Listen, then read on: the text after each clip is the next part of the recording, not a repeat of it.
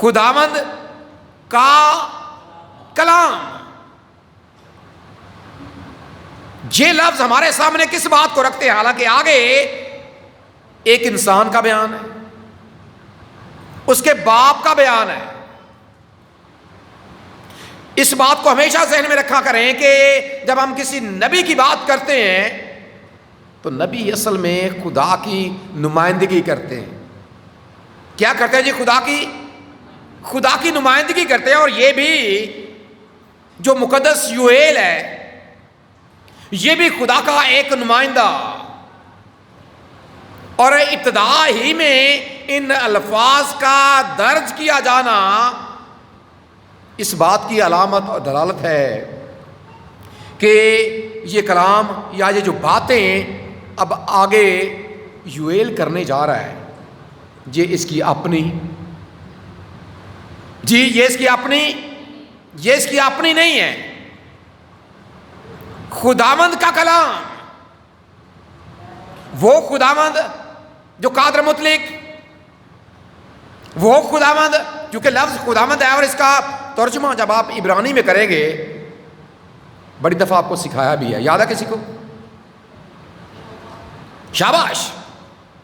یہوہ یہوہ خدا، وہ خدا جو زندگی کے خالق اور مالک،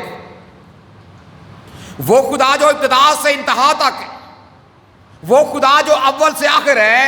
اور یہاں پر یہ کلام بھی ہاں استعمال ہونے والا یوئیل ضرور ہے. یوئیل ایک آلے کے طور پر ضرور استعمال ہونے جا رہا، لیکن اس کے پیچھے جو اصل کردار ہے وہ قادر مطلق خدا کا ہے. اور اس لیے یہاں پر لکھ دیا گیا کہ خداوند کا کلام جو یوئیل بن فتویل کی معرفت، یعنی کہ اس کی معرفت خدا نے اپنا کلام، اپنا پیغام، اپنا الہام اپنے لوگوں تک پہنچایا. اب کلام کیا ہے؟ قابل غور بات یہ ہے نہ صرف یہ پہلے لفظ کہ خداوند کا کلام ہے، دوسری بات یہ ہے کن کے لیے؟ پہلی بات یہ کہ یہ خداوند کا کلام ہے، لیکن دوسری بات سوال پیدا ہوتا ہے کہ اب یہ کلام ہے کن کے لیے؟ اور ابتدا ہی میں جو لفظ درج کر دیے گئے وہ یہ ہے کون سنے؟ کن کو کہا گیا کہ سنو؟ کن کو جی؟ بوڑھوں کو. اس کا مطلب یہ ہے کہ آج جتنے بوڑھے خدا کے گھر میں موجود ہیں یہ کلام ان کے لیے. جتنے کیا ہیں جی؟ جتنے خدا کے گھر میں آج کتنے ہیں؟ اس وقت بھی کن سے کلام ہوا؟ یوئیل کی معرفت خدا نے اپنا پاک کلام پہنچایا اور کہا کہ اے بوڑھو سنو. اب بوڑھا ہوتا کون ہے؟ کون بوڑھا ہوتا ہے؟ کئی لوگ بوڑھے ہو کر بھی بوڑھے نہیں ہوتے. کئی بار تو ایسا بھی ہوتا ہے نا، ہم جس معاشرے میں رہتے ہیں لوگ آگے سے لڑ پڑتے ہیں. کیوں جی؟ کہ ہمیں بوڑھا کیوں کہا گیا ہے، یا ہمیں بزرگ کیوں کہا گیا ہے، یا ہمیں جو کوئی بڑا رشتہ ہے جیسا چاچا ہے، بابا، یہ کیوں کہا گیا ہے؟ حالانکہ یہ عزت کی بات ہے. لیکن یہاں پر اصل میں جو بات کی گئی یہ سربراہان کی بات ہے جو واقعی بڑے ہیں، جو عمر رسیدہ لوگ ہیں، ان سے کلام کیا جا رہا ہے اور ایک خاص مقصد کو لے کر کہ اے بوڑھو سنو. لیکن تمہاری یہ ذمہ داری، کلام تو کیا گیا بڑی عمر کے لوگوں سے، لیکن ساتھ میں ان کی ایک ذمہ داری بھی لگائی گئی. پہلے ان کو بتایا گیا کہ اصل معاملہ کیا ہے، پھر یہ کہا گیا کہ اب آپ نے کرنا کیا ہے. حالات کو لے کر، معاملات کو لے کر اصل میں خدا ایک کام کرنے جا رہا ہے. خدا ایک ایسا کام کرنے جا رہا ہے اس وقت ان لوگوں کی زندگی میں، اسرائیل کے ملک میں، اسرائیلی لوگوں کے ساتھ خدا ایک ایسا سلوک کرنے جا رہا ہے. خدا ان پر ایک ایسا عذاب لانے کو ہے جس کا ذکر ابھی ہم نے پڑھا بھی ہے. اور خدا کا یہ اپنا طریقہ ہے کہ وہ جس طور سے بھی سزا دینا چاہتا ہے.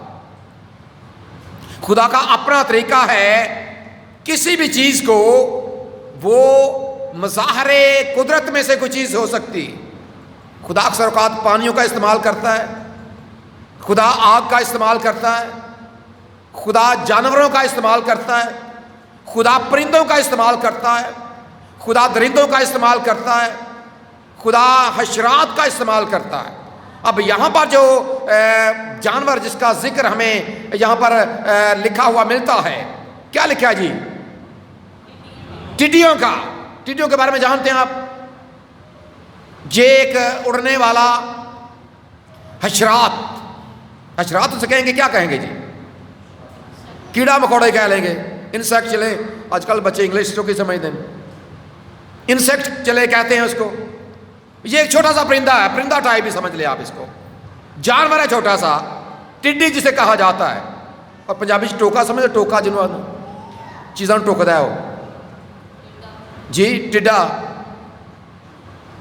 اور یہ ایک ایسی چیز ہے اگر دیکھا جائے بڑا معمولی سا جانور ہے, بڑا کیا ہے جی, یہ بڑا معمولی سا ہے, لیکن خدا اسے استعمال کرنے جا رہا ہے اپنے جلال کے لیے. خدا استعمال کرنے جا رہا ہے اسے اپنے لوگوں کو سزا دینے کے لیے. اور یاد رکھیں جب یہ حملہ کرتے ہیں نا کسی فصل کے اوپر, فصل کے اوپر اس کا کوئی پتا, حتیٰ کہ کئی بار تو تنے تک کھا جاتے ہیں اس کو, جو نرم تنے ہوتے ہیں وہ بھی یہ کھا جاتے ہیں, چٹ کر جاتے ہیں. سبزی پر حملہ کریں گے کچھ نہیں چھوڑیں گے, فصل کے اوپر حملہ کریں گے کچھ نہیں چھوڑیں گے. اور جب یہ دل باندھ کر آتے ہیں تو ان کے ایک ایک دل میں ہزاروں نہیں بلکہ لاکھوں جانور شامل ہوتے ہیں. اب یہاں پر خدا نے کہا کہ بوڑھو یہ بات سنو کہ میں ایک ایسا کام کرنے جا رہا ہوں کہ جو پہلے دل سے بچا دوسرا کھا گیا, دوسرے سے بچا تیسرا کھا گیا, تیسرے سے بچا چوتھا, پھر بچے گا کیا؟ اب جو 4 کا عدد ہے یہ کاملیت کا عدد ہے. پہلے ٹڈی نے حملہ کیا, کچھ آئے چلے, کچھ کھا کر چلے گئے, دوسرے آگے پیچھے والے آ گئے, جو کچھ بچا تھا وہ کھا کر چلے گئے, پھر تیسرا دل آ گیا, جو کچھ بچا تھا وہ کھا کر چلے گئے, اب چوتھا آ گیا, کیا بچا ہوگا وہاں پر؟ اس کا مطلب یہ کیا ہے؟ اس کا مطلب یہ ہے کہ خدا مکمل صفایا کرنے جا رہا ہے, مکمل طور پر.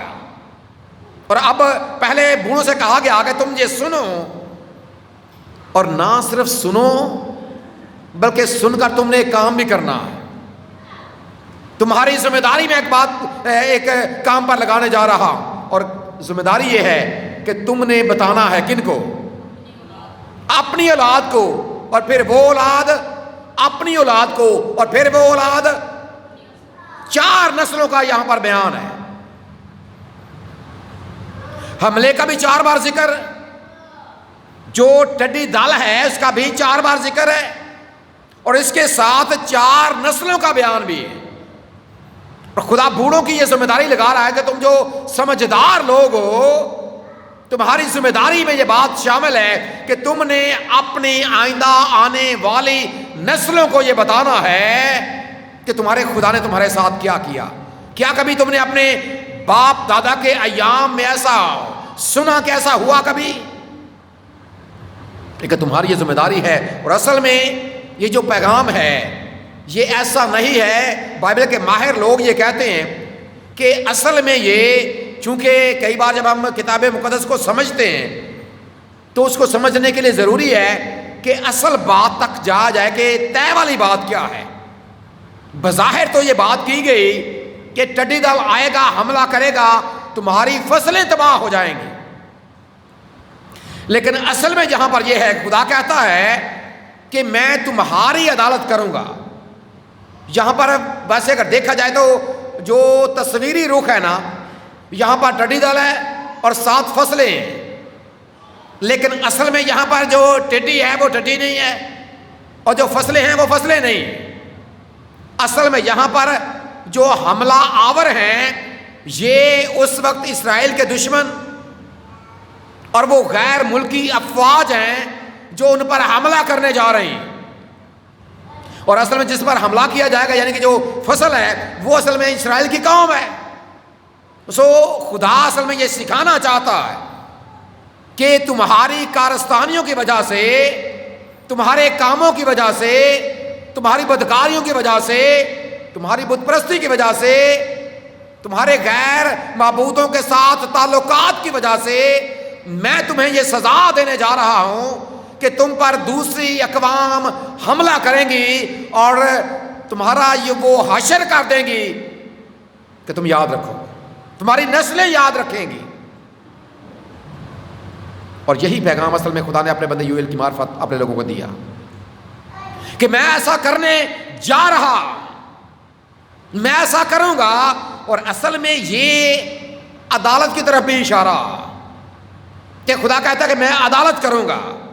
اور عدالت کا مطلب کیا ہوتا ہے؟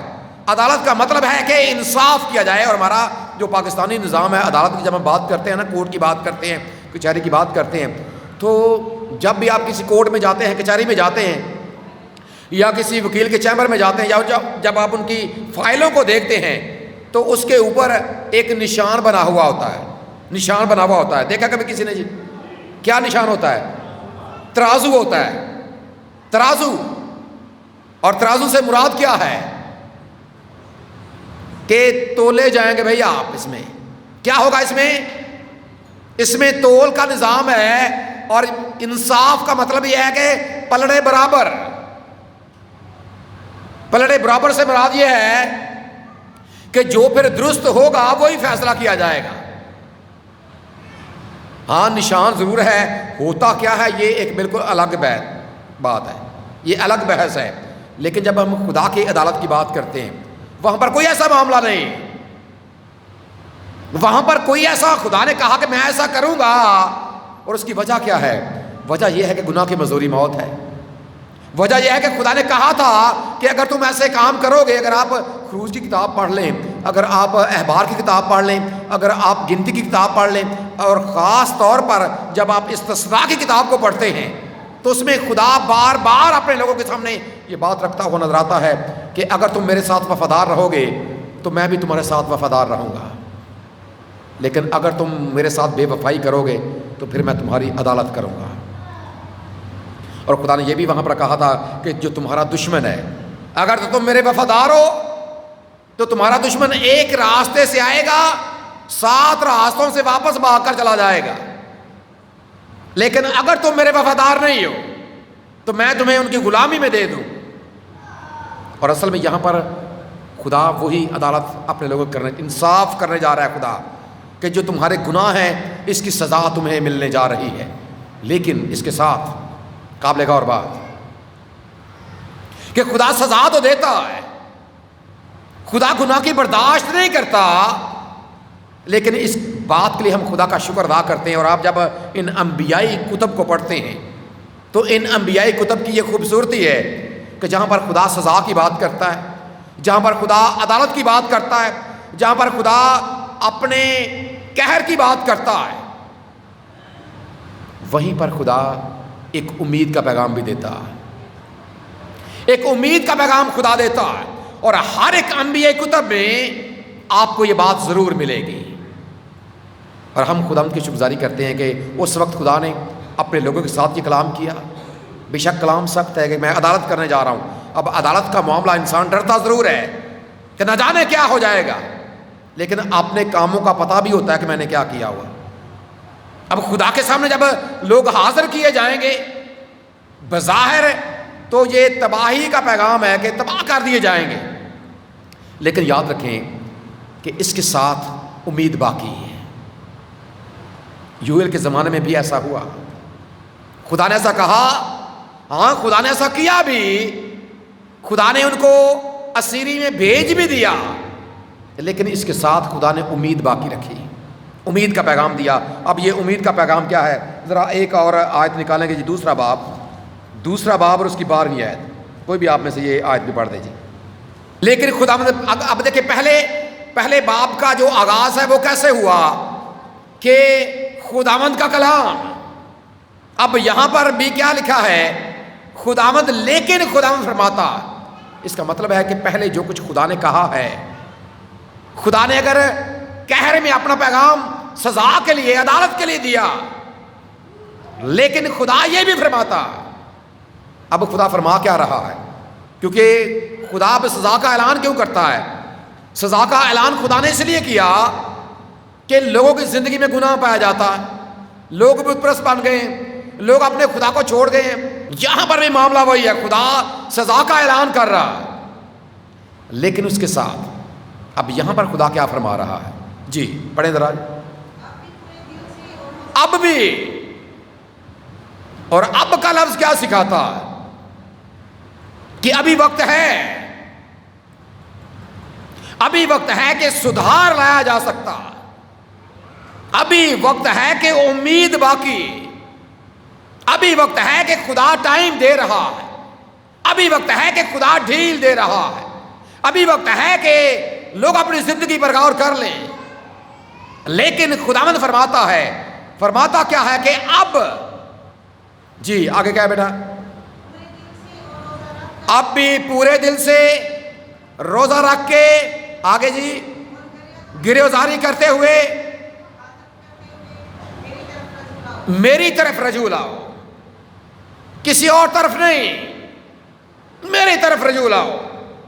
یہ وقت ہے جو خدا دے رہا ہے، یہ ٹائم ہے جو خدا دے رہا ہے۔ خدا ٹائم کو دو حصوں میں تقسیم کر رہا، اور ایک ٹائم وہ جو گناہ میں گزر گیا، اور جس کے لیے خدا نے سزا کا اعلان بھی کر دیا کہ میں تمہیں سزا دوں گا۔ اے بوڑھو سنو، اور یہ بات آئندہ نسلوں تک بھی پہنچاؤ کہ میں غیور خدا ہوں، میں سزا بھی دیتا ہوں۔ لیکن اس کے ساتھ یہ پیغام بھی ہے، لیکن اب بھی وقت ہے۔ اور جب ہم اس کی اپلیکیشن کرتے ہیں آج کے زمانے پر، کہ آج میرے لیے مقدس یوئیل کی کتاب میں کیا پیغام موجود ہے، آج مقدس یوئیل مجھے کیا پیغام دیتا، میرے خاندان کو کیا پیغام دیتا، میری کلیسیا کو کیا پیغام دیتا، میرے معاشرے کو کیا پیغام دیتا؟ پیغام آج بھی خدا کا وہی ہے۔ کیا بوڑھو سنو، اور سنو کا لفظ اس پر ہم نے پہلے بھی ایک بار سیکھا تھا۔ سننے کا مطلب سن کر پھر ریئیکشن دینا ہے، کہ آپ نے سنا ہے اور پھر آپ اس کا رد عمل، یہ رد عمل پازیٹیو بھی ہو سکتا ہے، نیگیٹو، یہ آپ کی اپنی مرضی۔ لیکن جب آپ کلام سنتے ہیں تو کلام سننے کی وجہ سے جو پازیٹیو بات آپ کے اندر آنی چاہیے وہ کیا ہے؟ کہ پس ایمان سننے سے پیدا ہوتا ہے، اور سننا مسیح کے کلام سے، خداوند کا کلام۔ پہلے لفظ کیا ہے؟ کہ خداوند کا کلام جو یوئیل کی معرفت، اور آج بھی یہ کلام آپ تک پہنچ رہا، لیکن کیا یہ آپ کے اندر ایمان پیدا کر رہا ہے، یا آپ پہلے سے بھی بدتر حالت میں چلے جا رہے ہیں؟ اور اگر ایسا ہے تو امید باقی ہے، امید باقی ہے کہ اب بھی اپنی زندگی پر غور کریں، اپنے گریبان میں جھانکیں، میری زندگی کیسے گزر رہی ہے، اور اپنے خدا کا شکر کریں کہ وہ آپ کو وقت دے رہا ہے۔ اگر آپ دوسرا کرنتھیوں تو وہاں پر لکھا ہے کہ دیکھو یہ قبولیت کا وقت ہے، ابھی قبولیت کا وقت ہے، اور اگر خدا وقت دے رہا ہے تو پھر ضرور ہے کہ اس کے دیے گئے وقت سے فائدہ اٹھایا جائے، کیونکہ وہ آپ سے پیار کرتا ہے۔ اگر آپ اسی صحیفے کی طرح نکالیں، جی آخری باب نکالیں اس کا، اور آخری باب کی آخری 2 آیات کوئی بھی آپ میں سے پڑھ دے جی۔ لیکن یہودا ہمیشہ آباد اور یروشلم پشت در پشت قائم رہے گا۔ یہودا ہمیشہ کیا رہے گا جی؟ یہودا ہمیشہ آباد رہے گا، یروشلم ہمیشہ کیا رہے گا؟ قائم رہے۔ اس کی وجہ کیا ہے؟ اس کی وجہ یہ نہیں ہے کہ یہودا کے اندر کوئی خوبی، اور یہودا سے مراد اسرائیلی لوگ، اس کا مطلب یہ نہیں کہ ان کے اندر کوئی خوبی ہے۔ یروشلم آباد رہے گا، اس کا مطلب یہ نہیں کہ ان کے اندر کوئی خوبی ہے۔ اس کی وجہ یہ ہے کہ خدا ان سے پیار کرتا ہے، اور اس سے مراد خدا کے چنیدہ لوگ ہیں، اس سے مراد جو خدا کے ایماندار لوگ ہیں۔ اور آگے ایک اور بات، جی بیٹا آگے بڑھیں۔ کیونکہ میں ان کا خون پاک قرار دوں گا جو میں نے اب تک پاک قرار نہ دیا تھا، کیونکہ خداوند صیون میں سکونت پذیر، خداوند صیون میں سکونت پذیر، جو اصل بات ہے۔ خداوند کیا ہے جس صیون میں؟ سکونت وہ وہاں پر رہتا، وہاں پر وہ رہتا ہے، اس لیے خدا کہتا ہے کہ وہ آباد رہے گا۔ لیکن اس کے ساتھ ایک شرط ہے، اور وہی کہ خدا فرماتا ہے لیکن اب بھی پورے دل سے روزہ رکھ کے گریزاری کر کے اس کی طرف رجوع لا۔ روزہ رکھنے سے مراد کیا ہے؟ گریزاری کرنے سے مراد کیا ہے؟ پورے دل سے مراد کیا ہے؟ پچھتانا اپنے گناہوں پر، پچھتانا اپنے ماضی پر، تاکہ فرق نظر آئے کہ بھئی یہ ماضی ہے لیکن یہ میرا مستقبل ہے۔ لیکن اگر دونوں ایک جیسے ہی ہیں پھر کوئی امید نہیں ہے، پھر کوئی امید نہیں ہے، کوئی بچاؤ نہیں ہے۔ بے شک خدا تو رہتا ہے، خدا یہاں پر بھی ہے، اور اس کے اکلوتے بیٹے کا وعدہ آج میرے اور آپ کے ساتھ بھی ہے کہ دیکھو میں دنیا کیا کرتا ہمیشہ تمہارے ساتھ ہوں۔ پھر یہ بھی فرمایا کہ جہاں پر میرے نام سے 2 یا 3 اکٹھے ہیں میں ان کے درمیان ہوں۔ یہ وعدہ اس وقت بھی کیا گیا، یہ وعدہ آج بھی ہے۔ لیکن کیا اس کے دیے گئے وقت سے، اصل بات ہے کہ اس کے دیے گئے وقت سے فائدہ اٹھایا جائے۔ اصل بات یہ ہے کہ توبہ کی جائے، اصل بات یہ ہے کہ اپنے گناہ پر پچھتایا جائے، اصل بات یہ ہے کہ اپنے گریبان میں جھانکا جائے، گریبان کے اندر جھانکا جائے کہ میں اصل میں ہے کہ اپنی حیثیت کو جانا اور پہچانا جائے۔ جب تک آپ اپنے آپ کو پہچانتے نہیں ہیں، اپنی حیثیت کو جانتے نہیں، جب تک جانیں گے نہیں، پہچانیں گے نہیں، جب تک پچھتائیں گے نہیں، گریزاری نہیں کریں گے اپنے گناہ کے اوپر۔ گناہ قابل فخر بات نہیں ہے، یہ بات یاد رکھیں۔ ہم اپنے گناہ پر فخر کرتے ہیں، گناہ ہمارے لیے آج باعث فخر ہے۔ جو جتنا بڑا گناہ گار ہے وہ اتنا بڑا اپنے آپ کو بڑا سمجھتا ہے۔ اگر ایسا ہے تو یہ ہماری غلط سوچ ہے۔ خدا چاہتا ہے اب بھی وقت ہے، ضرور اس پیغام کو اپنے سامنے رکھیں، نسلوں تک پہنچائیں یہی بات۔ ٹھیک ہے ہم انسان ہیں، کمزور ہیں، ایسا ہو جاتا ہے، لیکن خدا چاہتا ہے کہ اب اگر وقت ہمیں ملا ہے، اور آج وقت ہمارے پاس بھی ہے، خدا نے ہمیں بھی وقت دے دیا ہے، اور مقدس یوئیل کی معرفت اس نے اپنا کلام بھی ہمیں دے دیا ہے، اس نے اپنی امید کا پیغام بھی دے دیا ہے۔ لیکن شرط ہے اس سے فائدہ اٹھایا جائے، توبہ کی جائے، گریزاری کی جائے، روزہ رکھا جائے، پچھتایا جائے اپنے گناہوں پر، واپس مڑا جائے، بالکل ایسے ہی جیسے مصر بیٹا واپس مڑا تھا۔ اگر آپ لوکا کی انجیل کا 15واں باب پڑھتے ہیں، اس کی 17ویں آیت، تو وہاں پر لکھا ہے کہ جب وہ سوروں کے ساتھ پھلیاں کھاتا ہے تو وہاں پر لکھا ہے کہ اس نے ہوش میں آ کر کہا کہ میں واپس، ذرا اس آیت کو نکالیں جی، مقدس لوکا کی معرفت لکھی گئی انجیل 15واں باب 17ویں آیت۔ پھر اس نے ہوش میں آ کر، یہ مصر بیٹے کی بات ہے، پھر اس نے ہوش میں آ کر اس کا مطلب یہ ہے کہ پہلے حالانکہ دیکھا جائے سور چرا رہا ہے، پھلیاں بھی کھا رہا ہے، ہوش تو